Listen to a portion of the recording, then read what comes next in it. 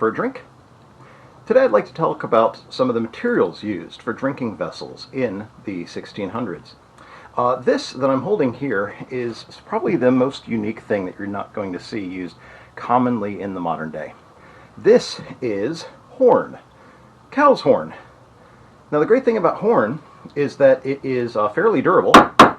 You can drop this on a stone floor and it still probably wouldn't shatter if it gets a general bounce. If it gets a lucky break and hits the edge, you might get it cracking down the side.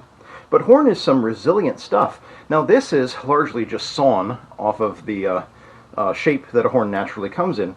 But the other advantage to horn is you could shape it into other forms, like spoons, by heating up the horn, boiling it, and then pressing it into a mold. Now, earthenware is also an extremely common type of drinking vessel material. Here we have some redware, some other pottery. And the great thing about clay is that you can shape it into pretty much anything you'd like. You can come up with fanciful designs, such as this Dalek-looking cup right here. The other advantage is that it's pretty cheap. The materials you can get pretty much anywhere. You don't have to rely upon, raising beef to get it. Now, the disadvantage, though, is that it's fairly brittle. And it's quite easy, as you see from the rim of my TIG here, that it can crack fairly easily and chip off. Now, the other thing about TIG, as you might notice, is it's got two handles.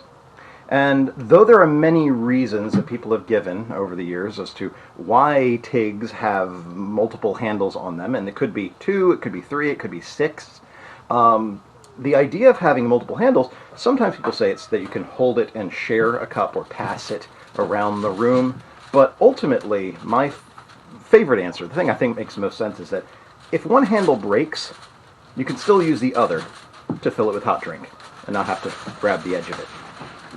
That seems to make the most sense to me. Now, the most English type of drinking vessel material is leather. So this is stitched leather here, also coming from cows. But the leather jugs, leather mugs, leather tankards, these are going to be most common in England versus other places in Europe. The French visitors to England would remark that the English drank out of their boots, and they were referring to things like these large leather pitchers, jacks as they're called by the English. The advantage to leather is, much like horn, it is durable.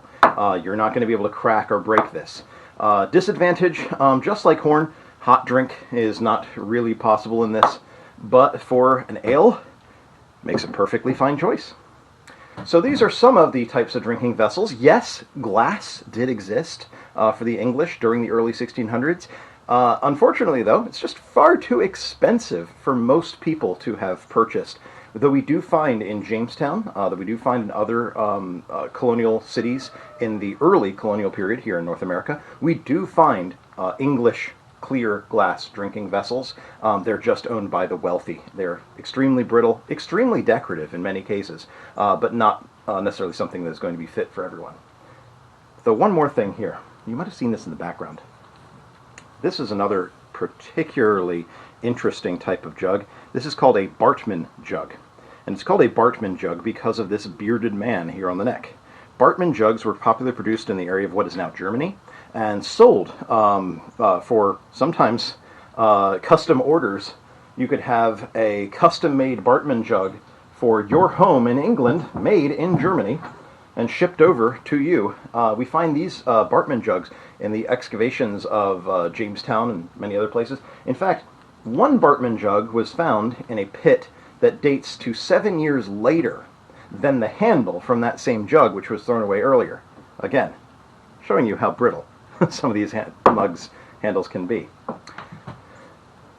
So, I hope you enjoyed this VR look at some drinking vessel materials, and, well, join us next time, and cheers.